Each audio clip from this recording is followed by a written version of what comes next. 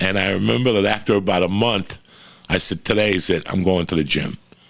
I went in there, once they pulled the fucking metal things out, whatever those things were, that kept going ting, ting, ting, when they were hitting the thing, and I was like about to faint.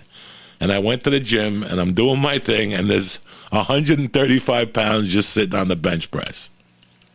A bar with 45-pound plates. Yeah. And the whole time I'm just doing maintenance shit. I'm, doing the fucking battle ropes. I'm doing fucking pull-ups. I'm trying. And I go, let me go over and see if I can still bench press 145. Because I used to do that like nothing when I was a kid, So I walk over to it. I fucking get on the bench. It takes me like 2 minutes with the knee. I got to sit and I crawl. And I go to pick up the fucking thing and I go, I thought about your video. Really? I thought about the video and I go, nah, not today.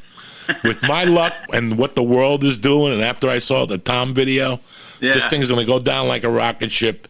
The train is on the other side of the room. It's going to slide down. And it's like one of those things where I just talked to Joey last night. What happened? You didn't hear what happened? The fucking weights fell on his fucking neck. The way the world is right now, you can't take a fucking chance. I don't want to take a chance. I got a bike there. I got a beautiful mountain bike. Every day I look at that thing. I go, I'm going to go for a ride in the neighborhood. I'm like, not really. Not yet. The legs, I could go down to the stationary bike at the gym. Now this last week, I got on the big boy bike. Yeah. And I'm doing that. But I stopped taking chances after I saw you. I was like, the world is crooked. Because you had a knee replacement too. Yes. Do you check out floors now? Like when you walk and you see a motherfucker. Yeah. And I'm at the 3rd month mark, and I refuse to go anywhere because I can't shoot you. Man, I can't run and shoot. So if I can't run and shoot, I can't. You see a wet spot on the floor, and you're like, oh shit.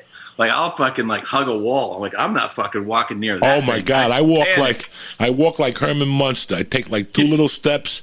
My knees are straight. It is a nightmare. It really is a fucking nightmare what it does to you. And I had an accident. Like once you have an accident with the surgery, like we all think we're ready. Like one day I went and did comedy, and they brought me up on stage, and without even thinking, I picked up my right leg to get on stage. And that just ripped my IT muscle. I got on the stage, and I felt my whole body rattle. Like I was about to pass out. I had a pain pill in my pocket. I'm like, I don't want to take a pain pill in front of him. I mean, what the fuck do you do? And I proceeded to do the comedy, and I could feel the leg, the bone. That's how much pressure. Like the whole leg. 2 weeks later, I went to the doctor, and they told me I ripped the fucking IT thing. And and I was like, I'd done everything I could do. Fuck it. How's the wife? Good, man. Tell her I miss telling the dirty stories and shit. Watching the glasses get fogged up, and she misses you. I've been here almost 20 years, and she's been here basically her whole life, and we're both like ready to go. We're excited, man. So she's I never thought that I could get her out of here, because I would routinely go like, hey, would you ever live in? And she's like, are you crazy? Like she would just tell me like, no, like we're not moving. Like, and if your wife's like, there's no way I'm doing this. You're like, all right. So that would come up all the time, and she would always shoot it down. And then it shifted where she became the driving force. She was like, and I couldn't believe it. We're talking about like a lifelong resident here. But now she's fired up, man, and she's doing the road, so she's happy to be doing stand-up again. We're obviously podcasting all the time, but she is ready to go. What is her motivator? What did she see? I think she saw LA really change, especially in this last year. Like this city, listen, I don't know if you remember this or not, but I've always been the LA advocate. Like when you travel and people talk shit, I'd be like, fuck you, then don't come to LA. Like I liked LA. I always have.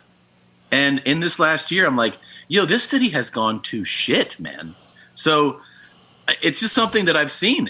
You can't deny it. You can't act like it's not happening. If you live here, you just see it. Like it's gotten dirty. There's fucking trash everywhere. There's a homeless epidemic. It is not like when people go, I live in this city and there's an epidemic happening here, man, where it's not being addressed. It's just growing. And it's been poorly managed and dealt with. And at a certain point you go, and a part of this is the pandemic too. You're like, wait, why am I like, do I have to live here? Because we always thought we had to live here. Like we're comedians, part of you is like, oh, you can live anywhere and be a comedian. And then you're like, I'm a podcaster. You can live anywhere and be a podcaster. And then, we all kind of jump in and out of TV, film stuff. But you're like, man, it's not the main thing I do. And I don't know, like I can still do it. I can still get on a plane if I need to go somewhere. I love the idea.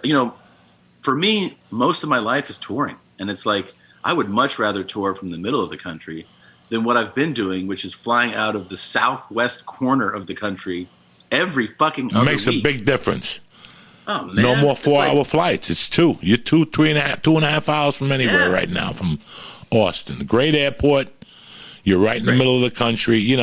For me, my wife started pushing this campaign in 2016. Mm-hmm. In 2016, we came to Jersey for the holidays, and my wife was like, I don't know what you're waiting for to pull the fucking trigger.